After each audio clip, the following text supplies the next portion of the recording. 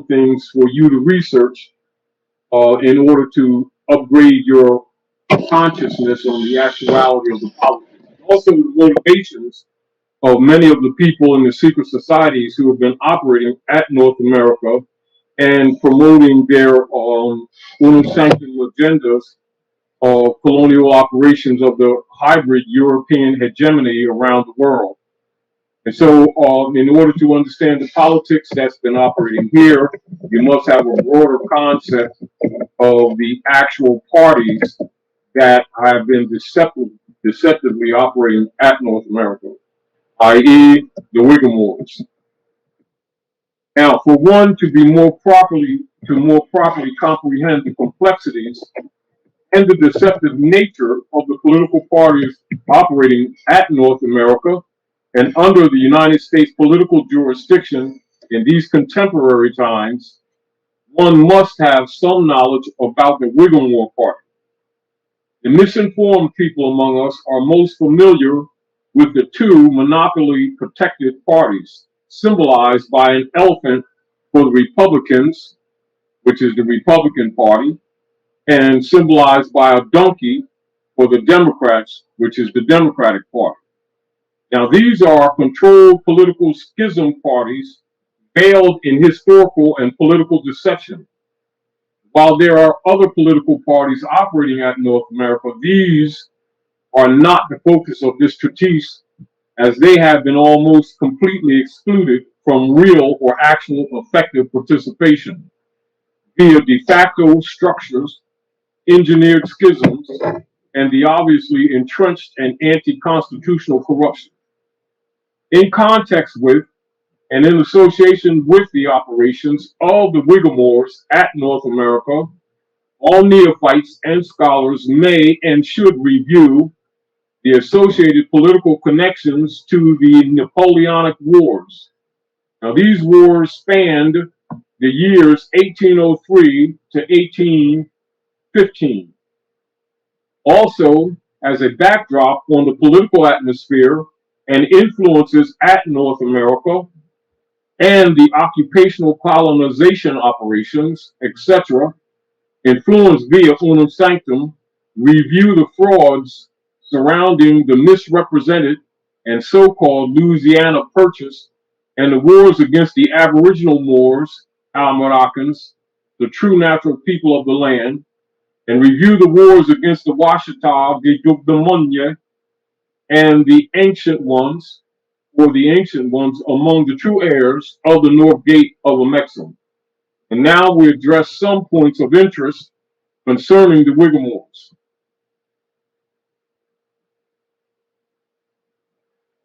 On the 4th day of December of 1839, the Whigs held their national convention for selecting their candidate for president. That convention was held at Harrisburg, Pennsylvania, and was about a year before the general election. The leading candidates were William Henry Harrison, who was a war hero and was also the most successful of the opponents of Van Buren in the election of 1836, and had been campaigning for the Whig nomination since that time.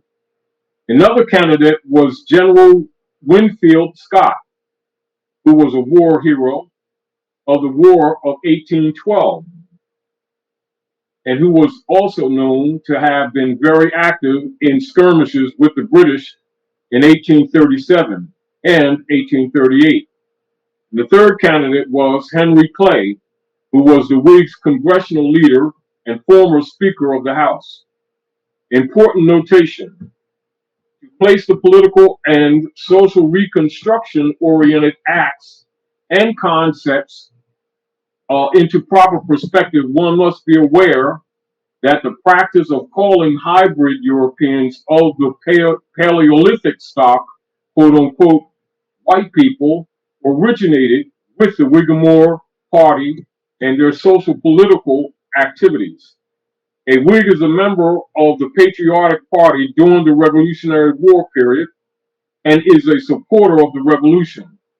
The expressive era of the Whigs Party is circa 1834 to 1855, and was formed in opposition to the Democratic Party, favoring a loose construction of the Constitution and of a high protective tariff.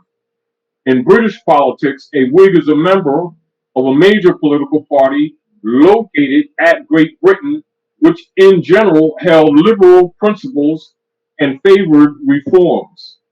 Now, these Whigs were later called the Liberal Party.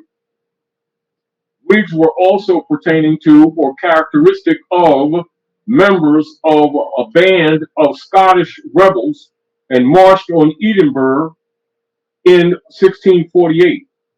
The Aboriginal Scots were and are Iberians, i.e., Moors. Because of the highly principled standards of jurisprudence expressed in the traditions and customs of the Moors, the Whigs Party members donned curly wigs to imitate or to associate with those said governmental and jurisdictional traditions and customs of the Moors. And these positive law principles are loosely referred to as, quote unquote, the common law. A veiling terminology was adopted for such adaptations and is noted as Whig, WHIG, plus black in parentheses, then a Moor.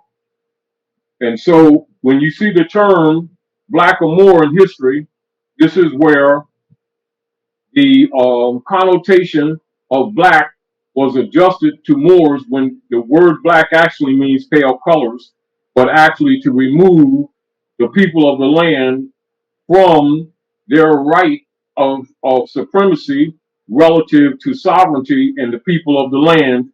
And when you come into the operations of the Revolutionary War and the reconstruction of the history, much of this politics is hidden from the people.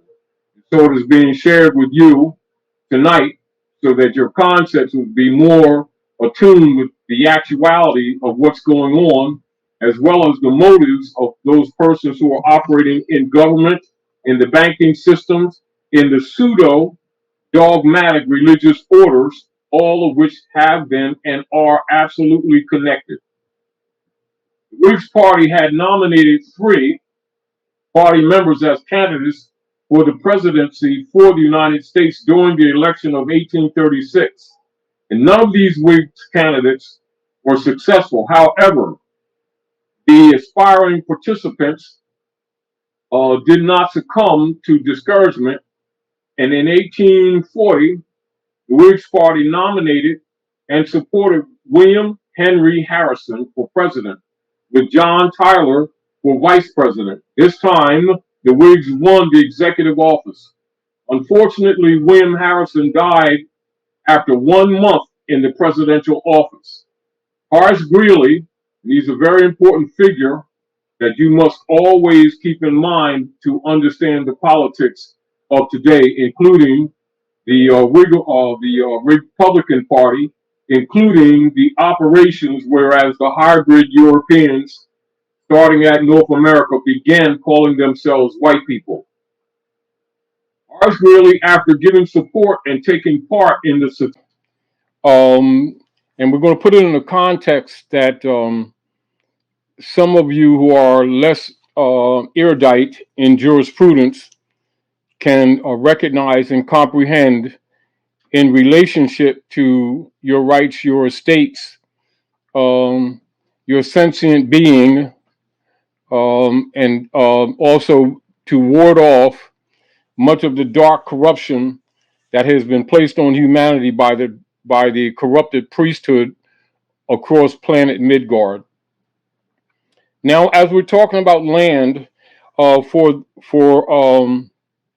the sake of many of you who don't deal with jurisprudence or not aware of jurisprudence, we're going to go to Henry Campbell Black's Law Dictionary, 4th edition of Ancient and Modern Jurisprudence, and read it, and then we'll do some analysis, but we're also going to talk about its relationship to you and how it's also been used, pro or con, but mostly contrary to your best interest as well, as it has been taught to you that it is, and also how you're being robbed by the priesthood. So let's go to Henry Campbell Black's Law Dictionary of Ancient and Modern Jurisprudence. And so when you look at the contemporary world and the promotion of jurisprudence around the world, you will find that a major part of what is called nature's God, nature's law, or the common law of the ancient Sabian Moors has been promoted out into the world from ancient Phoenicia, or what you call Iberia, or what you call today Europe or Europa.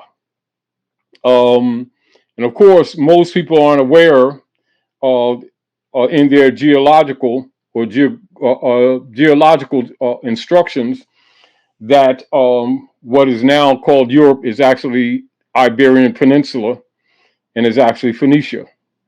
So most of our people, not knowing the real history of Asia and Africa, have been mentally and politically disconnected from Iberia by virtue of the German, Dutch German tribes, hybrid tribes that have been purging Europa, i.e., Iberia, for the last few hundred years.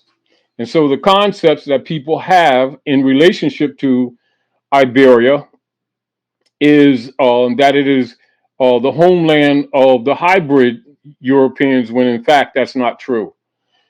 However, when you hear the statement that anthropologists speak of and historians and sociologists speak of when they refer to the practice of the German Dutch hybrid Europeans who have been falsely called in modern times as white people. Understand that white is a status, it has nothing to do with complexion. Their concepts are that that's the home of the hybrid Europeans, not knowing that that's the homes of the Moors, Dubs, Picts, etc. All of these are Berber people within the Berber linguistic group, i.e., commonly known as Canaanites and Moors, etc. So, and universally known as Moors. And so the jurisprudence that we're speaking of actually has root in ancient African culture of balanced justice. So we're going to read from Black's Law Dictionary, 4th edition of Ancient and Modern Jurisprudence to give concepts, clarity concepts to those who are not aware of jurisprudence. Land. Land in the most general sense, land comprehends any ground, any soil, or any earth whatsoever, as fields, as meadows, as pastures, as woods, as moors, as waters, as marshes, as furzes, and as heath. Land,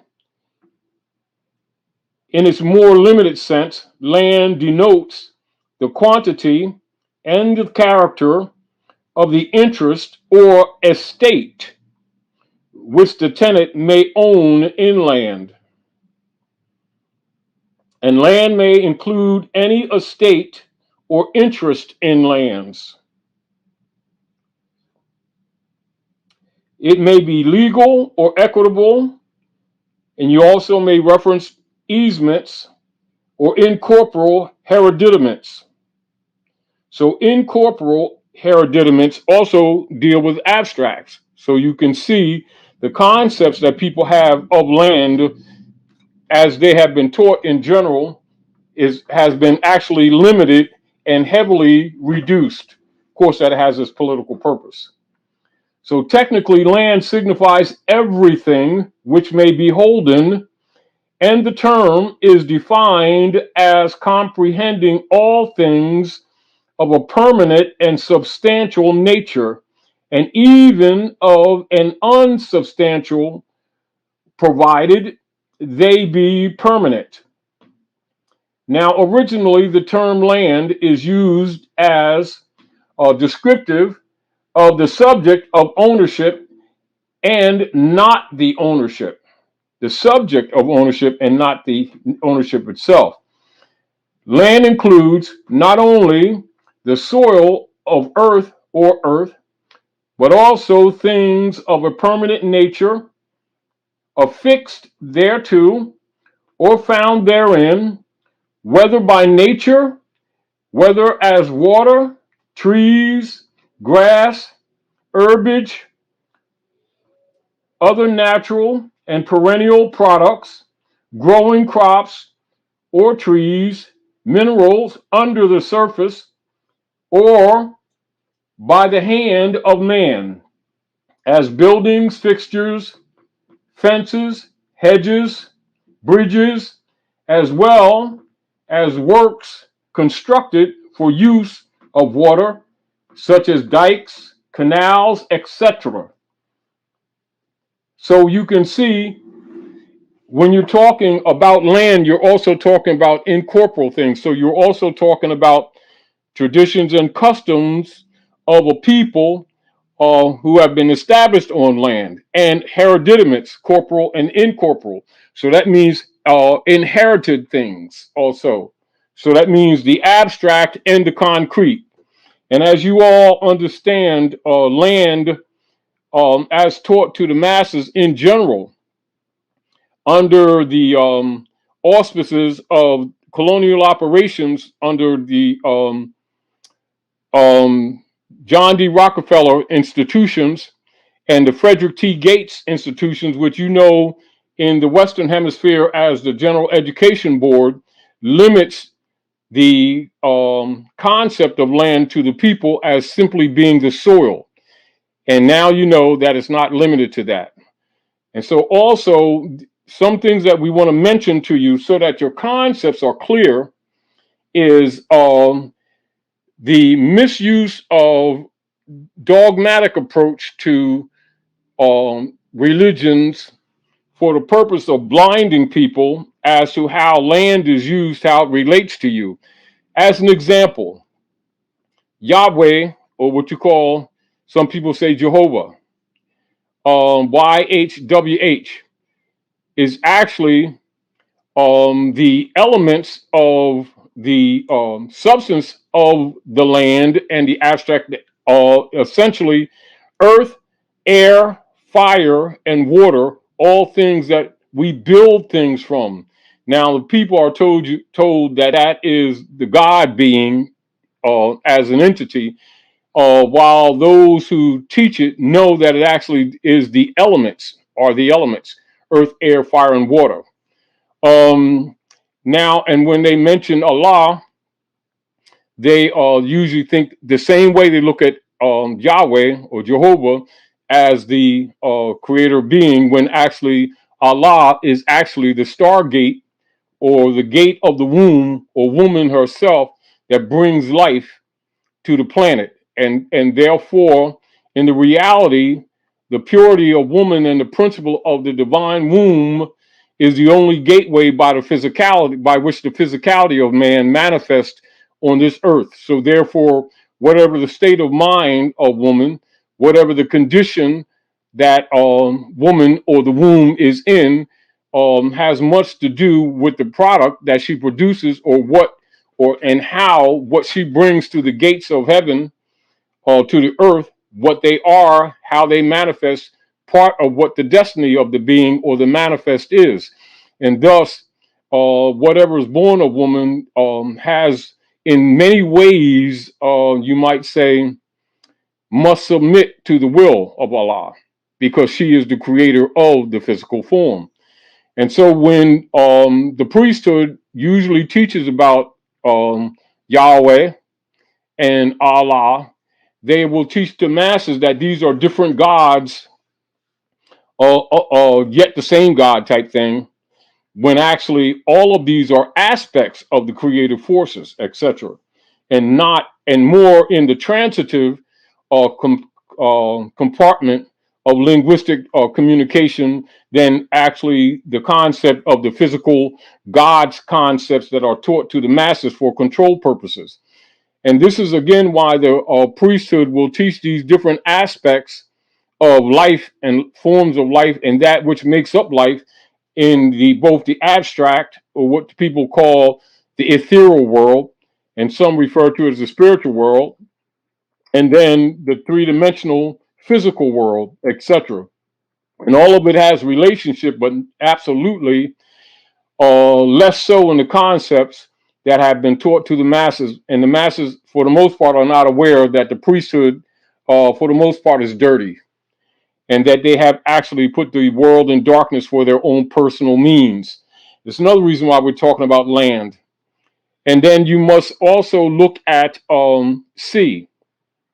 So the sea, or the water, when you're looking at the cosmology of prophetic projection, or what you would call astrological calculation and projection, whether you're turning the clock forward or turning the clock back, and dealing with the geometry of the compass and the square, which is commonly referred to by people as the carpenter's tools that they talk to you about in the Septuaginta and the Bible, as Jesus being a carpenter. Of course, Jesus, anthropomorphic, is the man, or the expression in the physical form, but in the cosmological nature, it is actually the Son of God, actually in the heavens, etc.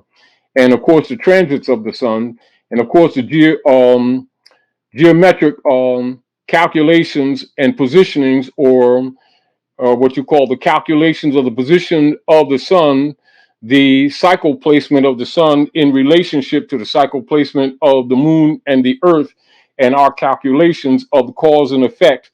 And this is what makes up the ephemeris that is at the basis of, or used mathematically to both do what you call charting. The wise men who have always followed the stars, etc., how they do projections, how they do prophecy mathematically according to the heavens, and also how they project or plan government operations, government structure, etc. And of course, while simplistic in its nature, in fact, it is often told to the people, or presented to the people, as something complex or super abstract.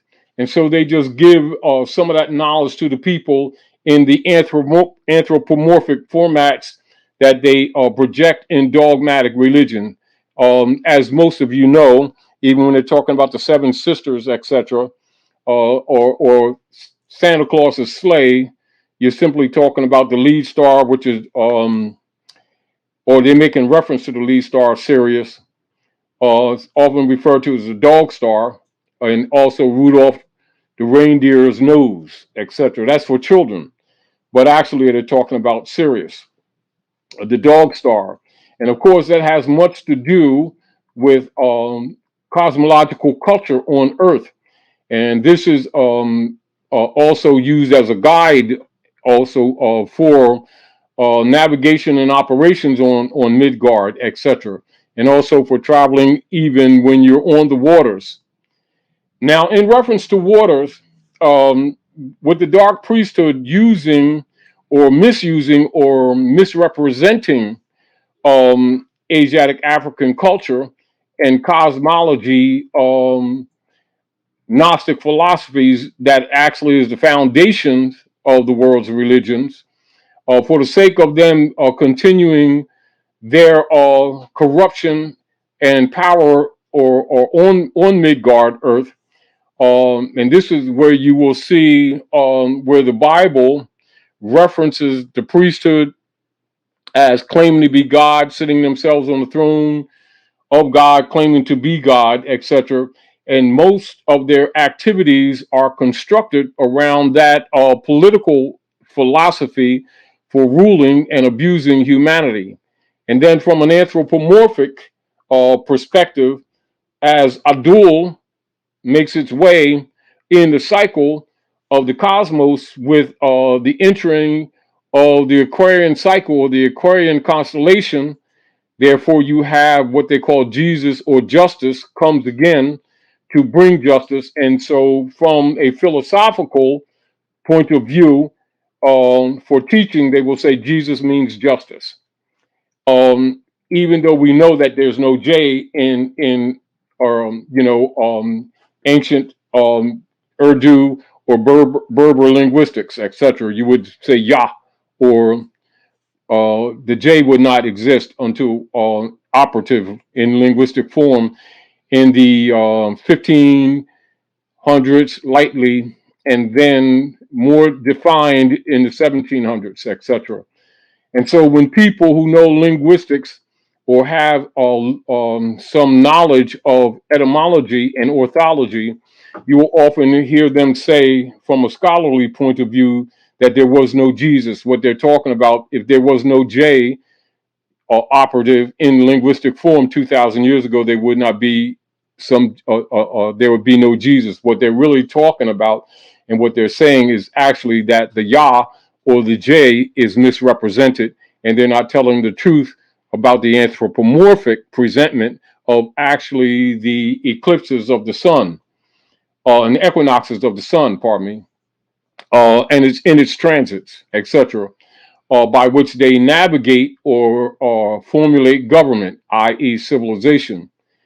And also, when you hear them making references to separating Egypt from Africa, the people's concepts hoover around the idea that what they see jurisdictionally with the maps of modern Mappamundi, where they'll see Egypt definitely attached to Asia Sol or South Asia, i.e., Africa today, etc. It's obvious geographically that Egypt, which is Hikupta, is a part of Africa. But when they're making the reference of separating Egypt from Africa, the concept is the conquest of Egypt as a political jurisdiction in the modern day on the continent of Africa, as you see on the maps today. Actually, what they're referring to when they talk about separating Egypt from Africa, they're talking about Iberia and North, Central, and South America, which is actually Hikupta or Egypt, the Egyptian Empire, etc. And so people's minds usually go to just the pyramids or juntas or that you see in books or in stories, etc., on the continent of Africa as it is geographically spoken of today, and it never dawns on them that the series of pyramids exist all over the world, and in numbers, and in fact, you have more pyramids actually on the American continent than probably most of the Africa's on the other side. But people, when they're often looking at the geography, their concept does not ride with the fact that North, Central, South America, and the islands is still Egypt. Of course, when you get into your literary structures, say past mid 1800s and back, you'll hear in a lot of written forms North America, and particularly the central part of Kentucky, Tennessee area, as Lower Egypt, etc. That's not uncommon, but you won't hear them talking that way today because the politics constructs that the descendants of the land should be disinherited. And so the concept of separating Egypt from Africa um, in the minds of the people is limited to the other side when it's actually talking about most of the civilized world, and particularly North, Central, and South America. Now, as far as the water is concerned, on another reason why we're talking about the land, because people, for the most part, don't look at land in relationship to hereditament, corporal and incorporeal. As a matter of fact, most people's minds never even go there. So the priesthood, when the after Napoleon Wars against Africa, etc., they took over actually the Vatican, etc., which most people in modern days don't know is African.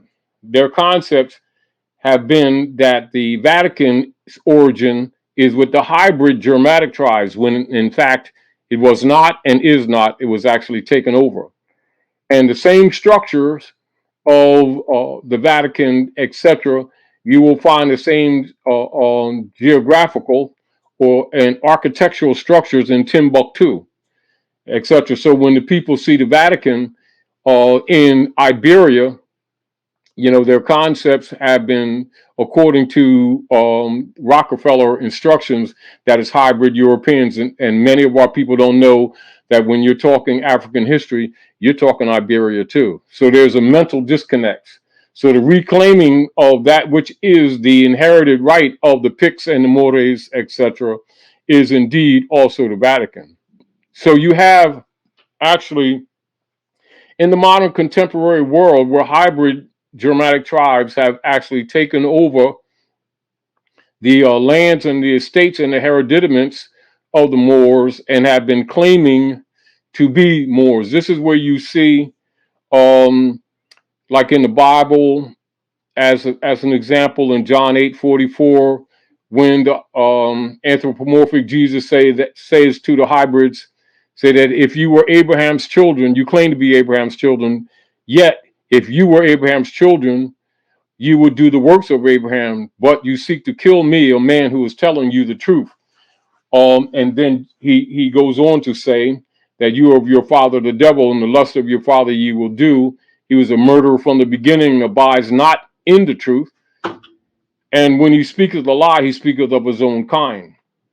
And this is also where the designation of the hybrid Germanic tribes taking over the Moabite, Canaanite, Chaldean territories, etc., is used or promoted to separate in such a way that it separates the real heirs from the land, and then they put them in a political jurisdiction referred to as the Holy See. Now, the Holy See would be spelled SEE. And of course, you also know that the C is SEA. So the CSEA, dealing with the waters, implies the parting of the Red Sea by Musa, or by the rulers of the high house of ancient Hykupta. And so the rulers of the high house will be referred to as the Ptah or the pharaohs, etc. And so this is where the hybrid German tribes are trying to kill off the Sabians or Saba, and they cover that up with the word or the term Jew. And this is where Jesus is talking about them claiming to be Jews and are not Jews that you see. But if you don't know the history, you wouldn't know the layered meanings of that phrase and what it's really telling you. Now, the many men and women who belong to many of the secret societies that operate at Midgard, some of them would be, say, like Knights of Malta, Kyklos, Ku Klux Klan, White Camellia, P2 Masons, Illuminati, Thule Society, etc., etc. This is why all and many of them in their chambers of secret transfers of information and knowledge of the disciplines of humanity and the walks of men will wear the Moorish fez, which is the crown, or what is called corona sol, which means crown of the sun. And of course, you have the geometric science or construction of the fez, where you see the four sets of holes or perforations at the top of it in a circle with perforations of 3 sets of perforations surrounding the center. And you'll see perforations of 9, perforations of 12, and perforations of 18 wrapped one after the other in 4 corners. And of course, that's Yahweh, or earth, air, fire, and water. It's also the 4 gates of the earth. It's also the north, or the compass, how the compass and square is used to do radii and geometry. And then you have um, the umbilical cord, or the finial, in the center with a cord, and then you have the ball wrapped with strings, and they're dyed in ebony, and those that would be the tassel, and that would represent the center of the universe, or the Earth center, and its rotation around the sun, and the tassels represent the degrees of the Earth in the spiral after the sun, or they say dancing around the sun, and this is degrees, and this is where you get day. So day, the word day comes from degrees.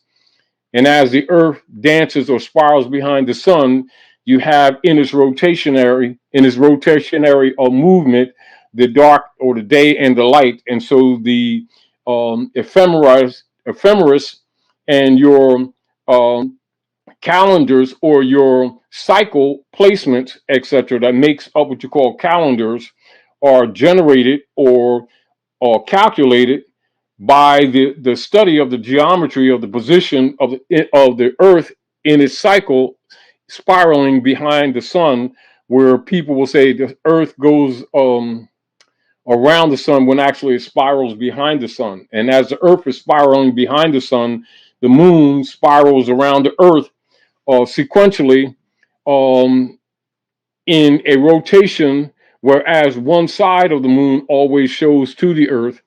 And so then you have, from that rotational calculation, what is known as the lunar calendar. And so basically, the calendars that are used to govern operations at Midgard are bicameral in fact. And so the calendar systems are actually based on the sun, the movement of the sun and the moon.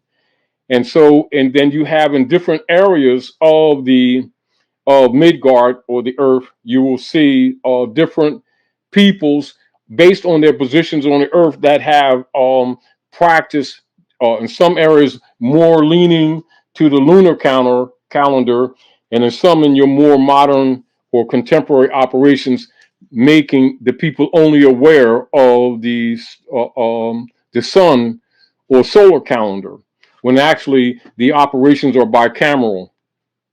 And so you must also recognize that the priesthood, in order to maintain their corruption, will not tell the general public this, while they use this knowledge for their personal selves. And so when our people are seeking to go back to the principles of our ancient mothers and fathers and study African culture, they must be aware of the lunar calendar as well as the solar calendar, and also recognize that when you're looking at ancient Egypt, etc., you're looking at ancient America.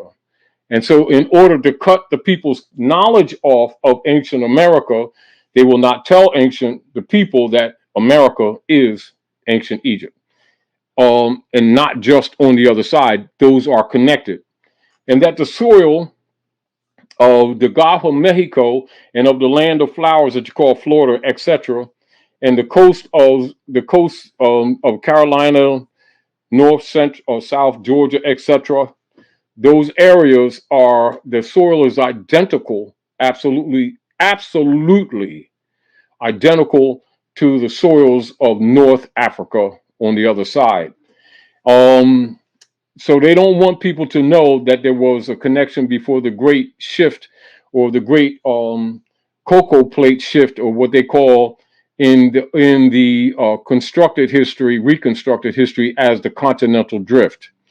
Because one of the things that they want to constantly promote is to mentally separate the Africans from Africa, Asia soul, because they're splitting the people, or what you call projecting schismata in order to maintain unum sanctum conquest operations. So, from a political perspective, the divisions that you see among African people is actually promoted by the priesthood under the unum sanctum operations. And so, this is again why most politicians and priesthood, whether they claim Judaism, whether they claim Islam, or whether they claim Christianity, will promote under the pretext that America is separate from Africa. And most of them are networked, and people aren't aware that what they've been looking at as their so-called priesthood are actually directly in a brotherhood connection with the politicians, and that the politicians also are priests. And this is why you see, once you start doing a little research, whether you're dealing with the hybrid Europeans or you're dealing with the or Aboriginal Europeans, etc., you will see certain correlations in what they would refer to as, the Grand Lodge of England, London, etc., Europeans in their fraternal orders, and also what you call Prince Hall Masons of people of African descent, being made subordinate by charter under the hybrid Europeans, and yet all of them are wearing Moorish fezzes and then pretending that they don't know who the Moors are.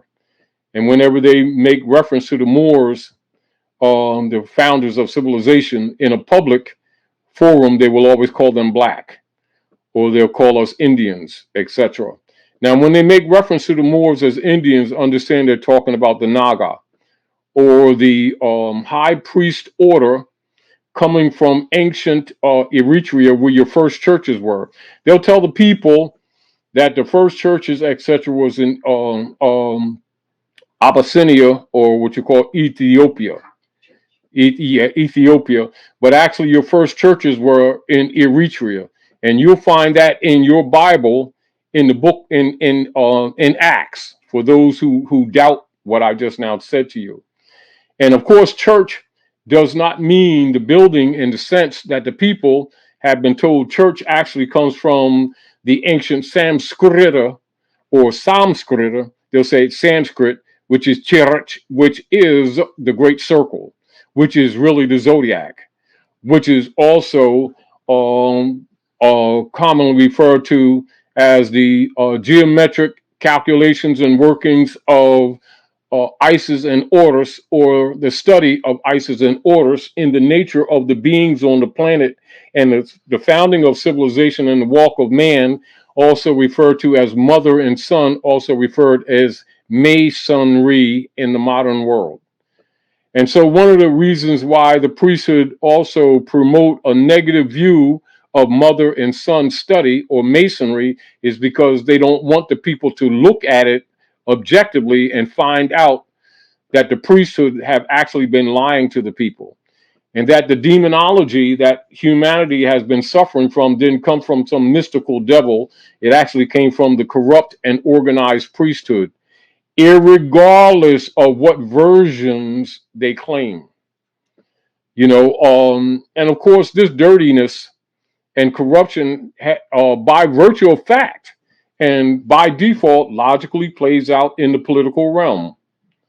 And so by the masses not knowing that the politicians are priests, because they're not told that, they think these are separate and different categories of men doing different stuff. And so therefore the people have what you call limited defense, because as soon as one of the dark priests says Jesus, God, Allah, Moses, Muhammad, Yahweh, Jehovah, the people get starry-eyed and give them their lunch money. And they've been getting over with this for quite some time. And now the anthropomorphic projection story of this operations of the dark priesthood is represented by Jesus, even at the age of 12. So 12 is really your 12 constellations, etc., and also referred to as the 12 tribes of Isis, Amen Ra, Elohim, or Israel. uh, with the disconnection of Egypt from Africa. This is a mental thing, not a factual thing. So this is why they will not teach you of Amalek. Also, pardon me, Amalek, and even in your modern maps where you see Amalek is not on the maps. And then people who in your linguistic transliterations and as your linguistic forms change, when they hear Allah, they don't make the relationship to Amalek. So Amalek is also not only land area, but one of the first names that are used in your earliest religious forms for what you call the divine creative forces, etc., or what you call God. Not just Chodam or Kodam, it's Amalek. So that'll give you something to look at to have a better insight on, again, why we're talking about land. Because Amalek is also part of land that they've been hiding from you. So when people think Amalek, they're thinking the area that you call around the area of Saudi Arabia, Yemen, is the artificial Israel today, Palestine, etc., Canaan, etc. So they were talking about all these places in Jerusalem, what you call Jerusalem, uh, and it never dawns on you Amalek. Also, doesn't dawn on the people why the hybrid Europeans have, over periods of the last couple of centuries, have actually disassembled and reassembled obelisks around the world, particularly where they had taken over both the trade routes and of the Moors, and also as a symbol of conquest. This is also why you see the obelisk at Alexandria, Washington district, for the seat of Rome in the North Gate, etc. And also where you'll see they'll have an obelisk in London, etc., and different places strategically as a symbol of conquering Amalek, or conquering the Canaanite, Chaldean, Eritrean, Sabian, Moors, collectively known as Moors. This would deal with all of your African families who are the founders of civilization. And so they're claiming the estate of the true people or Aboriginal people of the world. And this is basically expressed under their unum sanctum operations, or their unum sanctum dark church bulla. So that's your dark side. And in order to make you reject yourself, as an example, you will see the insignia of the ancient Canaanite Moabite nation, known as the isonomy symbol of the equilateral pyramid with the 120-degree triple angles, etc. And then you'll see the eye separated from the base, and you'll see them, the hybrids, place that on the priesthood debt note that they created, known as the Federal Reserve note. And so that I is actually would deal with the ancient Amalek, or ancient Eritrea, Ethiopia, which means the people of the eye.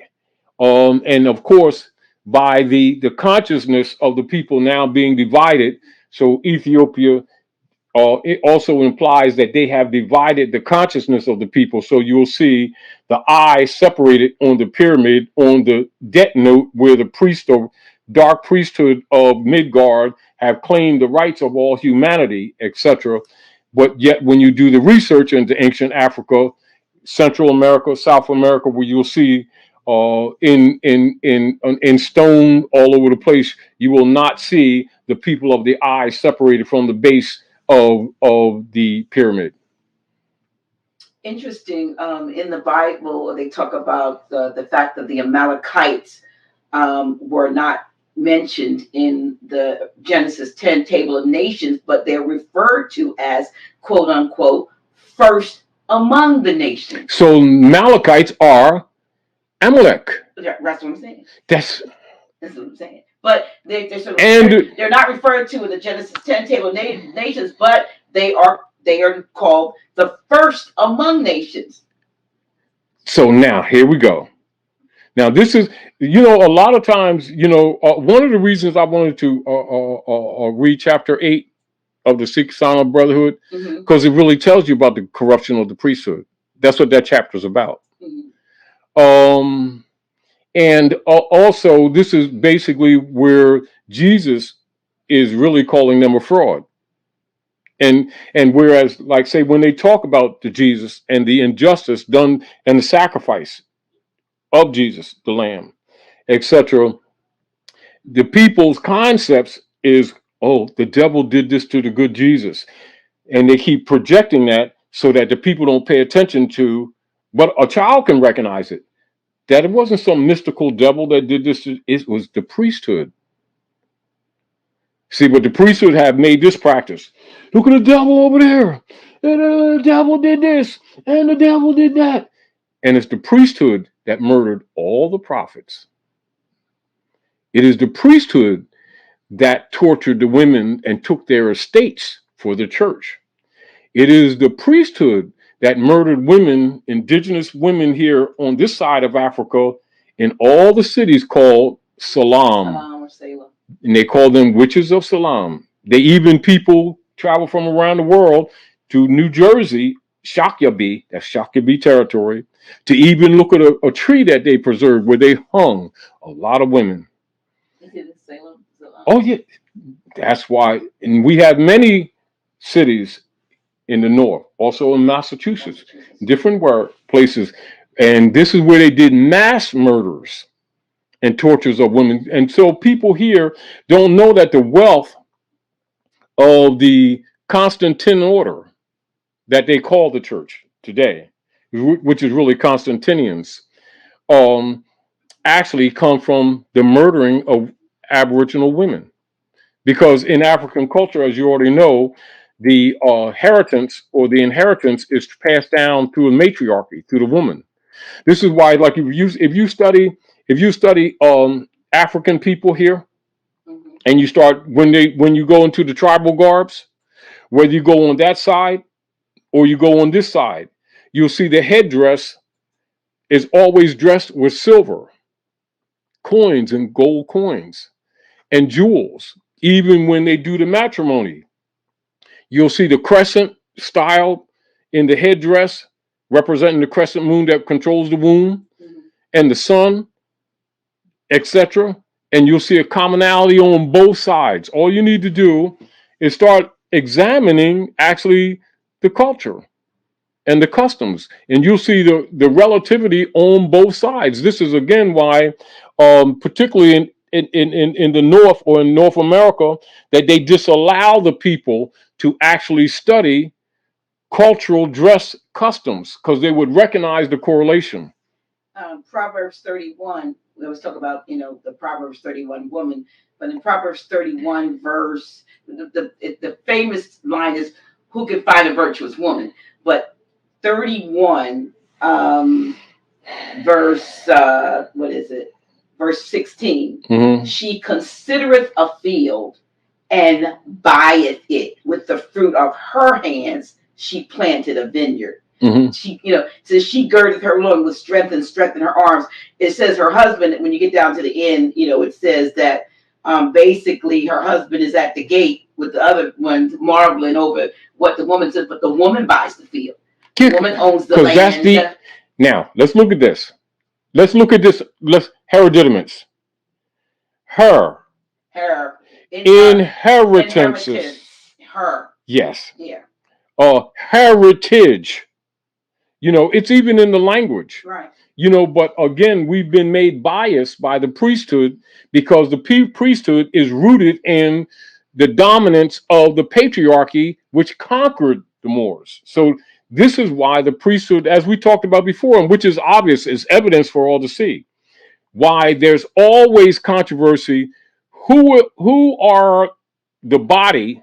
Who's the political body claiming to be spiritual that always condemns women relative to any what you would call hereditament instruction, or any what you call Gnostic philosophy, dispensation, or what you call priesthood.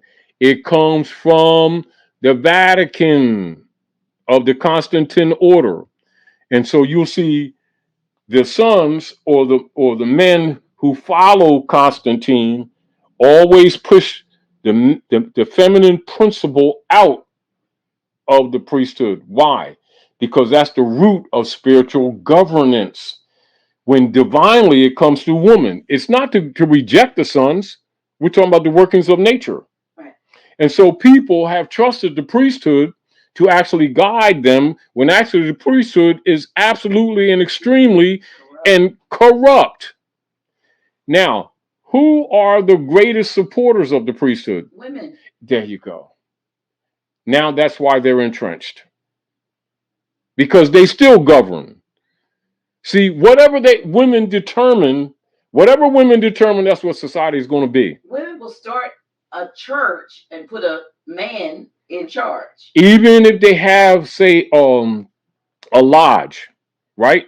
Where ancient African cultures is maintained, say Eastern Star, etc., something like that. They will have a man who will be actually the ruler of the lodge of those women. Mm-hmm. Where do you think that tradition come from? Conquest, unum sanctum conquest. You see, now in true African culture, like say the sons, see we're projective, right? Mm-hmm. So just like the sun, so you have the masculine energy and the feminine energy that's balanced in nature. So the energies of the planet are given what you call masculine and feminine form. So the sun being projective is given the sun or the designation of the masculine, and this is where they say the son of God given a masculine tendency, right? And the moon, a woman, you see, being receptive, etc.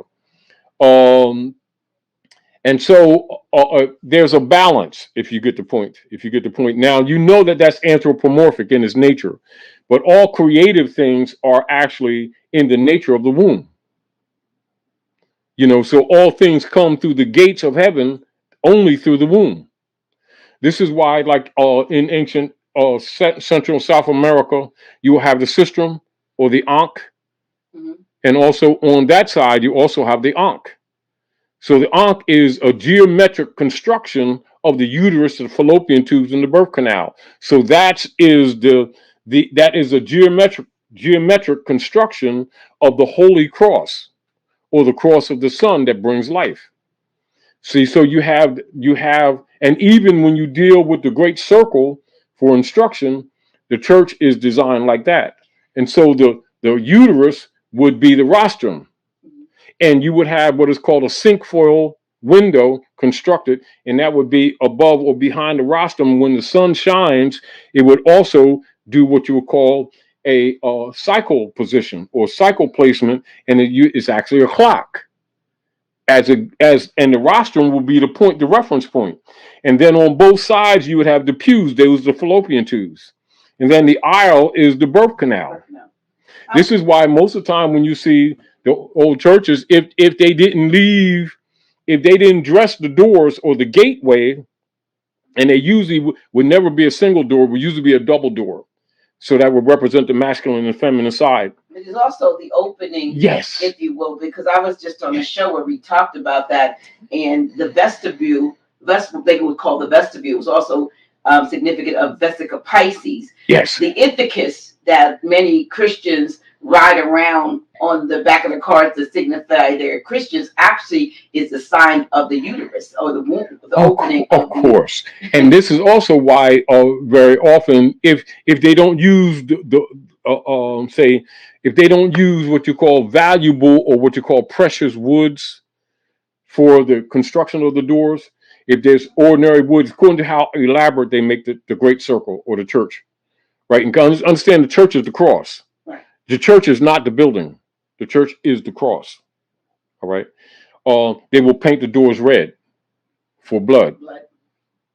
You understand? You know what I mean? And then of course the priest goes around and blesses the people with water.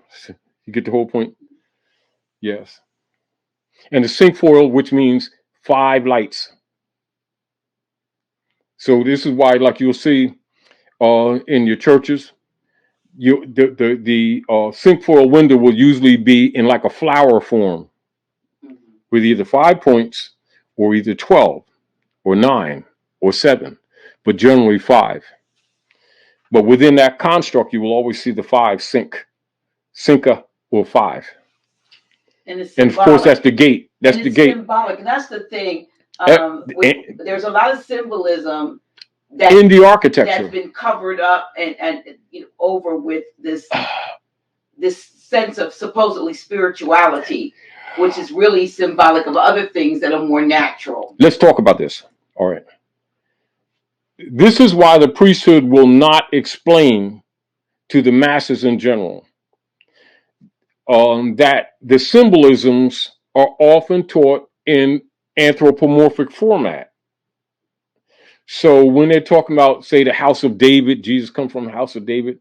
When they're talking about the house, they're talking about an estate. They're talking about the land, inheritances, generations of transference of customs and values, etc., both corporal and incorporeal.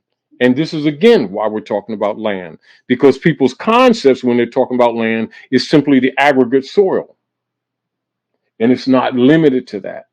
Which is why has been so important to separate us from our inheritance. Of course, this is what is called birthright theft. And this would be expressed in the book of Genesis. Notice the chapter, right? 25, 2 and 5 is what? 7. All right. So now you got Rebecca, you got Isaac, you got Jacob, and you got Esau. They'll say Jacob, but it's Jacob, right? So Jacob, but that's anthropomorphic. That's talking about birthright theft. That's talking about an inheritance. And then they make the story about Isaac being blind, and then Rebecca under influence of others helping to deceive Isaac so that the birthright or an inheritance does not go to the rightful heir. Right. This is exactly the anthropomorphic story of what's happening to us on Midgard and what we're dealing with today. And this is expressed even right into today with the Unum Sanctum operations where the Pope of Rome declared us dead or corpse. And so the people don't even look when the people see the 14th Amendment, right, operative in Northwest Africa and used around the world. It never dawns on them the birthright theft expression of Rebecca. Then when you talk about Matawaka, so Matawaka is rewritten in history as Pocahontas. Now remember when John Rolfe and John Smith were competing for her, etc., under the Powhatan Confederation of the South. This is why they took her to England, murdered her, and came back and set up Jamestown. And that's why you got the King James Version, Jamestown. So then they start the aristocracy of the hybrids claiming to be Americans. You see the whole point? And then they named Matawaka Rebecca. See, they're telling you it's in history, but if you don't know what you're looking at, you don't see it. But those who know exactly what they're looking at. It's quite difficult to get our people here in the North out of the mystery mentality that the priesthood has created for them. However, what you see taking place now, because remember, everything that is expressed in the heavens ends up expressed on earth. And so as above, so below. So this, you have hex alpha. And of course you have imbalance. But then when you bring balance, of course, not unlike, say, casting shadows, after a while you see forms. And then you can make it out. Then the people that were once blind now see. So they see the hands of man in all of these affairs that they've been blaming on a mystical devil. And so the priesthood is sore afraid now because the people will find out that they've been lying to them for generations. And that the mystical devil We're not talking about dark spirits and lights in the concepts of people. We're talking about the reality that manifests in the physical form. So the illusions of the world. So let me show you the illusions of the world. You know, so the land, the physical land, or the organic inheritances, lands, etc., is substituted with an illusion referred to as the corpse or the dead. The hybrids refer to it as the 14th Amendment. The modification of fatwa, constitution given to them by the Honesty Confederation to bring them into the rules of civilization at the North in treaty. And that would be known as the Constitution for the United States. Now, of course, they did what or continued the Unum Sanctum Wars, or what is known as the Spanish Inquisition. And understand the word Spanish is a contemporary word that was made up to cover up Moorish history. So when you hear them talk about Moorish Latin, the language, they won't say Moorish Latin; they'll say Spanish. Are we clear? Mm-hmm. When they talk about the Moroccans of the islands, the Taino and the Arawak tribes, Carib tribes, they'll say things like Puerto Rican or Latino, rather than say that they're Moros. Do you understand? And many of them who are afraid to tell the real history won't say that they're Moros. They'll say we're African and Indian. Do you see those two terms, African and Indian, rather than say they're Moors? Then, of course, the Indian issue comes from ancient Sindh or the Naga that come up from Sudan and Nubia up into northern Asia, or what you call the North, and establish what is now known as Sindh, which is artificially referred to as India or Hindustan.